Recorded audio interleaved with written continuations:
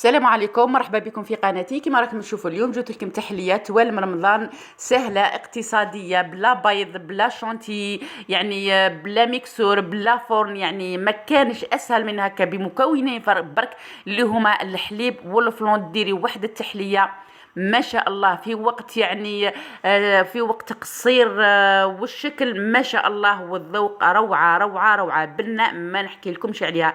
كما راكم تشوفوا الصوره راهي تحكي عليها، يعني تحليه ما شاء الله، خاصه اللي يكون ما عندهاش الوقت، يعني ليه ديرها مام في الثلاجه، ما تديش وقت بزاف باش برد، يعني توالم للضياف تحمر لك وجهك ما شاء الله. قبل ما نبدا في الفيديو نتمنى انكم يعني تشتركوا في القناه، نتمنى انكم الجام من الفيديو هكا باش تعاونوني الفيديو تاعي باش يطلع لي.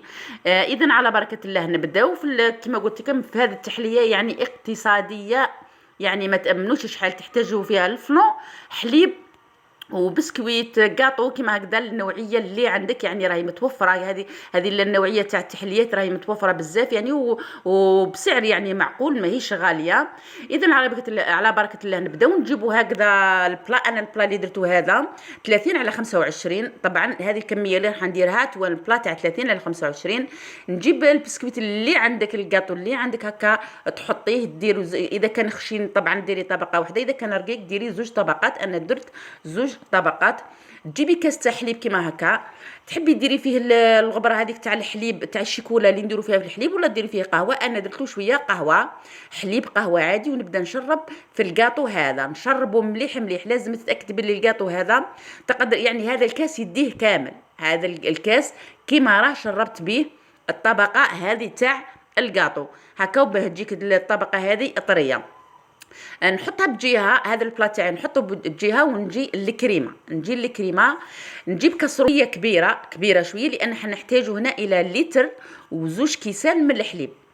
لاحظوا مليح، الليتره وزوج كيسان تاع 220 الليتره، يعني شكاره كيما لا فرغتها، وزدت عليها زوج كيسان تاع كل كاس 220 مليلتر، يعني ماهيش نص لتره كامله. نضيف لها الفلون هنا. شوفوا نقول لكم، اذا كان درتي الفلون نديروا الفلون طبعا بذوق الشيكولا.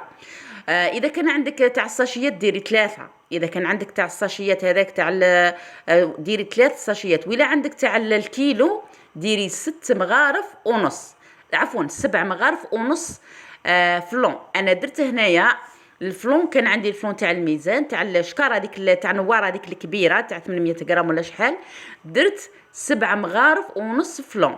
زيدي لها 6 مغارف مايزينا، زيدي لها 6 مغارف مايزينا، يعني هذا هما المقادير هذه، ما تزيدي عليها ما تنقصي. هذا هما اللي نحتاجهم، هذو 3 مكونات نحتاجهم للطبقه تاع الكريمه تاعنا. نبدا نخلطها هنا هكا بالفوي بارد في بارد. لازم نتاكد باللي راهي تخلطت مليح، نتاكد باللي راهي تخلطت مليح، نحلها ما نخليش فيها هذوك الكويرات هذوك، نخلطها مليح، ومن بعديك نديها للنار، نحطها هنا على النار، ونبدا نخلط فيها حتى تبدا تثقل لي. قبل ما تبدا هي تبدا تثقل، نشوفها بدات تثقل. قبل ما تبدا تغلي تجيبي الشيكولا هنا ضروريه، لخاطر هي اللي راح تعطيك الكو. الشيكولا تقدري ديري من 100 غرام تقدري توصلي حتى 150 200 غرام، كل ما كثرتي الشيكولا. انا كانت عندي هنايا في الحقيقه علبه تاع 100 غرام، درت غير تاع 100 غرام وجات هايله، يعني تقدري 100 تكتفي ب 100 غرام، ولا عندك ما اكثر تقدري ديري توصلي حتى 150 غرام. ذوبي هذه الشيكولا مليح في الكريمه تاعك هنايا. للاسف انا هنا في بالي كنت نصور ولقيت الكاميرا تاعي متوقفه. المهم جبت هذيك الكريمه، فرغتها نورمال على البسكويت تاعي، راهي بالخف تجمد، بالخف ما تطولوش، بالخف فرغوها غير تنحوها من النار وهي سخونه، فرغوها فوق البسكويت تاعكم هذاك اللي كنا مشربينه من قبل. سويها مليح على الجوانب، يعني لازم تكون طبقه مستويه، وحطيها تبرد في الفريشيدار. الوقت اللي تبرد في الفريشيدار نجي نخدمو، نجو نسقمو الطبقه الفوقانيه هذيك البنيه اللي شفتوها بزاف، اللي هي الكولاجين. باه واش نحتاجو كاس ماء تاع 220 مليلتر، ونزيدو له 2 مغارف ونص تاع الفلون. انا هنا درت 2 مغارف ونص تاع الفلون، واذا كان عندك الساشي ديري ساشي وحده تاع الفلون.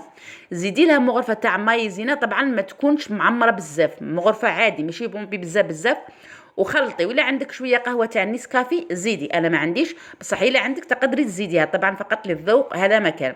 نخلطهم مليح مليح ونديهم فوق النار، نحطهم فوق النار. بعد قبل ما يغلي لي هذاك نزيد له هنا مغرفه تاع عسل. ثاني مغرفه تاع العسل هنا ضروريه، لازم تزيديها للديكوجيل تاعك هنايا. نخلط هذاك العسل مليح مع الماء. هذا الديكوجيل درنا فيه ماء، 2 مغارف ونص الفلو، ومغرفه ماشي معمره بزاف بزاف تاع مايوزينا، مغرفه تاع العسل. بعد ما غلات غير يغلي نحيه من النار. بعد ما نحيه من النار نزيد نقعد نخلط فيه مليح مليح، نخلط نتاكدوا باللي راه تخلط لي مليح مليح، ونروح نفرغوا فوق الطبقه تاع الكريمه اللي درتها. نفرغوا ديريكت ونبدا نمشي. انا هنا ثان فرغته طبعا بعد ما بردت لي هذيك الطبقه تاع الكريمه، نفرغ الديكوجيل تاعي هنا ونبدا نمشي فيه مليح على مع البلاطه. لازم تكون عندي طبقه مستويه. خلاص هنا التحليه تاعنا راهي كملت. واش نديروا لها؟ نروح نحطوها في الفريشيدير تبرد. طبعا هنا ماهيش حتشد لك وقت بزاف تبرد، لخاطر ديجا راهي بردت من قبل الطبقه الاولى تاع الكريمه. ديكوجيل بالخف يبرد لك مام با نص ساعه، تقدري تقطعيها نص ساعه تكون جاهزه، تكون بارده وتقدري تقطعيها. طبعا تقطعيها مرصوات كما تحبين، مستطيلات ولا مربعات، نتيا واش راكي حابه يعني. والحاجه المهمه المليحه تصدقوني في هذه التحليه هي انها زاكيه، يعني تقطع لك كميه ما شاء الله. صدقوني انا درناها فطرنا بها، درناها في الليل في السهره، وزدنا كلينا منها في السحور، وقعدت لنا الغدوه من ذاك الصباح. فين قعدت تمديت منها الولادي الصباح، الغدوه من ذاك زادوا كلاو منها. يعني زاكيه ما شاء الله، دير لك كميه كبيره، غير حبه تدي حبه تشبع. نجو هنايا انا بعد ما بردت خرجتها من الفريشيده من الثلاجه، نجي نقطعها. قلت لكم التقطيع يعني التقطيع تاعها مرصوات كما تحبوا، مربعات ولا مستطيلات. تزيين اختياري. انا كانت عندي شويه تاع كاوكاو زينتها بها، نحط فوقها غير شويه، تقدري ما ديريش خلاص التزيين غير هكاك، راهو شكلها شباب ما شاء الله. جات هايله طبقات. مم يعني تقدروا ديروا 2 طبقات تاع كاطو، ديروا طبقه تاع كاطو، تقسموا الكريمه هذيك على 2، تزيدوا ديروا الطبقه الثانيه وتزيدوا ديروا الطبقه الثالثه. انا حبيت تكون عندي طبقه تاع الكريمه عاليه، طبقه تاع الكريمه عاليه على جال هذاك، يعني تكون مرتفعه شويه على جال هذاك اللي درت طبقه واحده تاع البسكوي من تحتها. جت هايله جت تحفه ما شاء الله، يعني في الذوق، اقتصاديه، يعني ما كانش اسهل منها. كان نتمنى يعني لو كان عجبتكم هذا الاسماء تجربوها. صدقوني ما راكمش رايحين تندموا. مام تقدري تقدميها لضيافك، يعني تكون عندك هكا مثلا جوك ضيافه على غفله، ولا على بالك بلي جايينك مثلا في الدقيقه التاليه، تقدري ديريها. يعني سهله ما شاء الله. الحاجه اللي مليحه في هذا التحليه انها اولا سهله في الخدمه تاعها، وثانيا اقتصاديه.